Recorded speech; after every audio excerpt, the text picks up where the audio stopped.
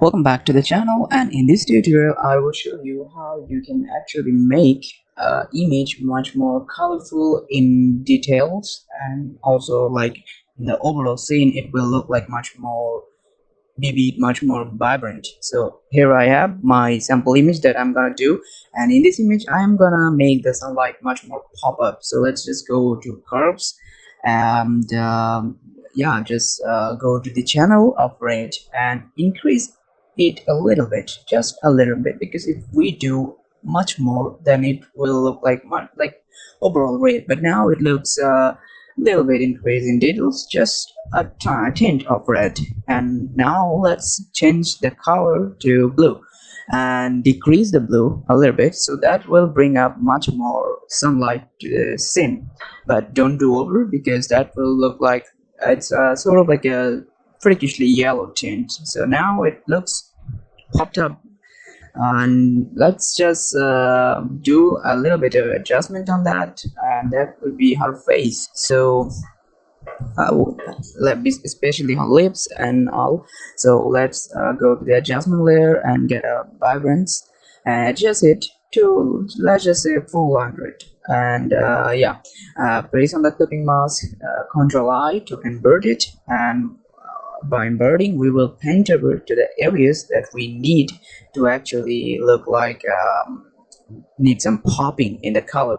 So decrease the brush size and paint over all those areas that you want, and in this case especially the face and her hand and like the skin and the hair and all. I just want to pop the color on those, not the flowers, skies, or her clothes, because that will look like much more saturated. So yeah, paint over the areas that you want, and if it's too much I would suggest you to decrease it, and in this case I decreased it somewhere around 60, 66. So that's fine. It looks balanced, because if you overdo it look too much. But now let's just bring out some details in our eye. Go to the dodge, and onto the dodge let's select to not mid-tone, not into the mid-tones, but mid-tones are not really like bring out some popping details.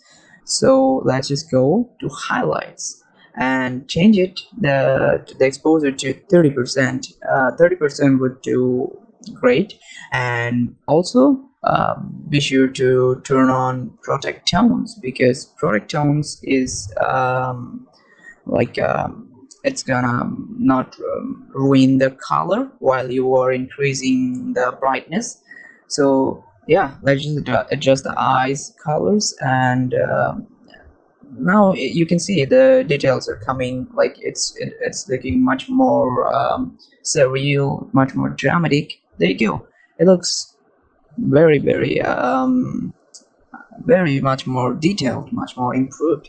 But we can do much more with a little bit much more tweaking. So what we can do now is we have to make a layer merged from all that, and let's make it to a smart object and press Ctrl Shift A to go to the camera raw filter.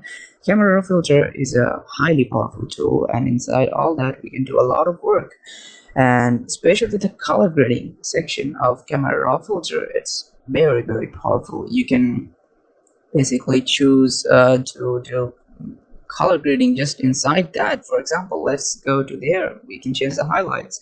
We can change it to greenish tint, yellow tint. So yeah, so let's just go to the highlights, give it a little bit of yellow, but not too much, just a little bit, so that will look like the sunlight much more like that glowy yellow type of thing.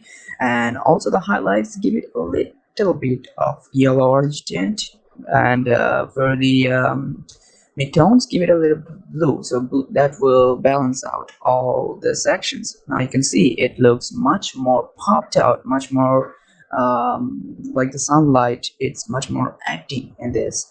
So let's bring out the details and give the texture somewhere around I would recommend 50, but 50 seems like too much. And clarity, if you do clarity too much, it will ruin the whole scenario. So 10 would be fine. And for the texture, do it somewhere around 35. That's fine. Let's go to the detail. And if also be careful about the details. Don't do too much. That will look like the scene much more like SDR or something like that.